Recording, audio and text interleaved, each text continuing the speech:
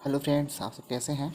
आज हम Chhattisgarh lecturer exam 2019 में जो छत्तीसगढ़ की लेक्चरर एग्ज़ाम हुई थी उसका हम इनऑर्गेनिक पार्ट का सॉल्यूशन देखते हैं, किस टाइप के क्वेश्चन आए हुए थे। ये पार्ट थर्ड था, सेक्शन थर्ड था। ठीक है, इसमें 66 नंबर पे जो क्वेश्चन था, what is the chemical formula of false gold. False gold का केमिकल फार्मूला क्या हो जाएगा। तो पहला वाला जो हमारा है, इसको हम बोलते हैं क्या, आयरन कार्बोनेट या फेरस कार्बोनेट होता है। ठीक है, तो ये फॉल्स गोल्ड नहीं होता है। दूसरा आयरन पायराइट है। ठीक है, FeS2 आयरन पायराइट है। और इस आयरन पायराइट को हम जनरली, इसका जो कलर होता है वो गोल्ड की तरह होता है, लाइट गोल्ड की तरह देखने को मिलता है। तीसरा हम देख लें, Fe2O3 इंटू 3H2O दे रखा है। ठीक है, ये आयरन का ऑक्साइड दे रखा है। और चौथा जो है आयरन ऑक्साइड टाइटेनियम ऑक्साइड, दोनों का एक मिक्सचर दे रखा है। ये जो मिक्सचर है, इसका उपयोग जो है वो जो हमारा वाटर प्योरिफिकेशन है या फिर हमारा वेस्ट वाटर ट्रीटमेंट है। ठीक है, और कॉस्मेटिक प्रोडक्ट के अंदर जो है वो फोटो कैटलिस्ट के फॉर्म में इसका उपयोग किया जाता है। तो हमारा ये डी ऑप्शन भी नहीं होगा, सी ऑप्शन भी नहीं होगा। हमारा जो सेकंड ऑप्शन है आयरन पायराइड जो है वो फॉल्स गोल्ड की तरह जो है वो दिखता है। ठीक है, इसका जो कलर होता है वो लाइट गोल्ड की तरह जो है वो देखने को मिलता है। तो हमारा जो करेक्ट आंसर हो जाएगा वो सेकेंड हो जाएगा, आयरन पायराइड। अगला क्वेश्चन है 67, which of the following cannot be oxidised by H2O2। H2O2 जो है यहाँ पे देखते हैं पोटेशियम आयोडाइड को। ये जो पोटेशियम आयोडाइड है, लेड सल्फाइड है और सोडियम सल्फाइड है, इन सभी को ऑक्सीडाइज कर लेता है। लेकिन H2O2 से भी ज़्यादा ऑक्सीडाइजिंग एजेंट जो होता है वो O3 होता है। तो O3 को जो है H2O2 ऑक्सीडाइज नहीं कर पाता है।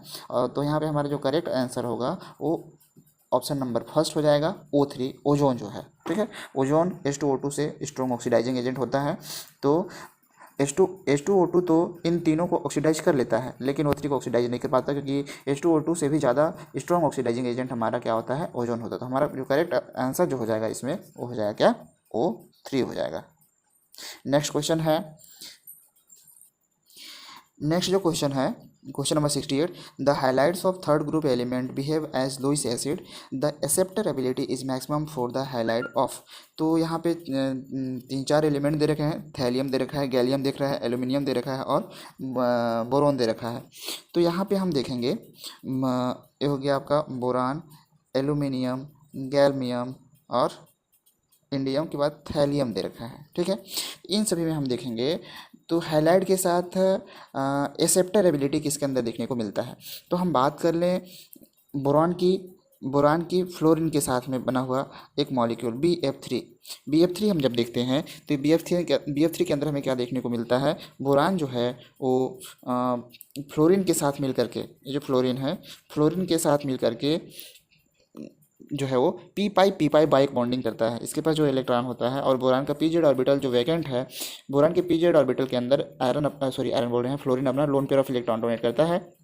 और यहाँ पे जो बॉन्ड बनाता है उस बॉन्ड को हम बोलते हैं पी पाई बॉन्डिंग, पी पाई बैक बॉन्डिंग। अब बैक बॉन्डिंग यहाँ पे जो होता है वो काफ़ी स्ट्रॉन्ग होता है इन सभी अदर जो 13 ग्रुप के एलिमेंट है उनके कंपेयर में। तो यहाँ पे जो करेक्ट आंसर हो जाएगा वो हमारा हो जाएगा क्या, बोरान फ्लोरीन के साथ मिलकर बोरान ट्राइफ्लोराइड बनाता है, जिसके अंदर पी पाई बैक बॉन्डिंग सबसे ज़्यादा देखने को मिलता है। ठीक है, तो हमारा करेक्ट ऑप्शन हो जाएगा डी ऑप्शन। ओके, नेक्स्ट देख लें।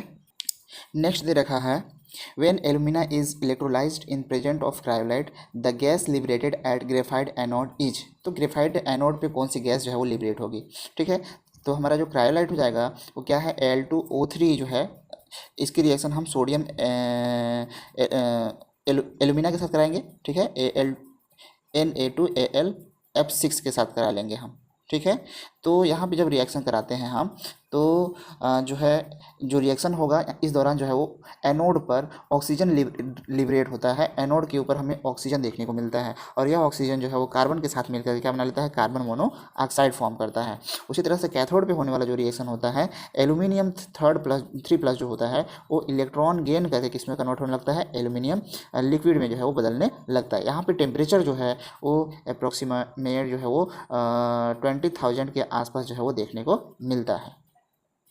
सॉरी 2000 डिग्री सेंटीग्रेड टेम्परेचर यहाँ पे देखने को मिलता है, जिसमें एल्यूमिनियम वेपर में कन्वर्ट हो जाता है। ठीक है, तो यहाँ पे हमारा जो लिबरेट एनोड पे लिबरेट होने वाला जो गैस होता है वो कौन सा गैस होता है? ऑक्सीजन गैस होता है।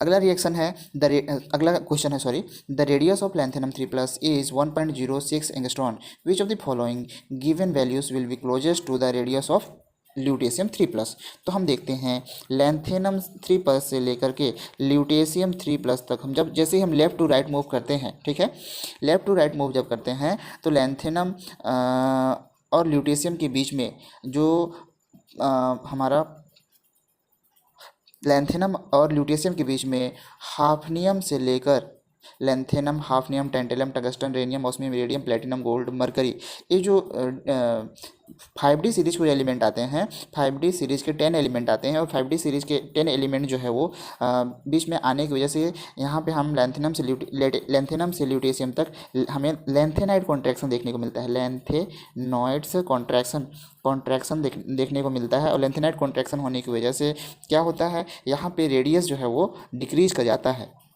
तो लैंथेनम से लेकर ल्यूटेशियम तक तो जो रेडियस डिक्रीज होता है वो कितना 0.2 एंगस्ट्रॉन के आसपास डिक्रीज होता है। तो हम यहाँ पे देख लें लैंथेनम 3+ के लिए कितना वैल्यू दे रखा है, रेडियस कितना दे रखा है 1.06 एंगस्ट्रॉन दे रखा है और साथ ही साथ कितने तक की डिक्रीज हमें देखने को मिलता है 0.2 मतलब 0.2 एंगस्ट्रॉन की डिक्रीज हमें देखने को मिलता है।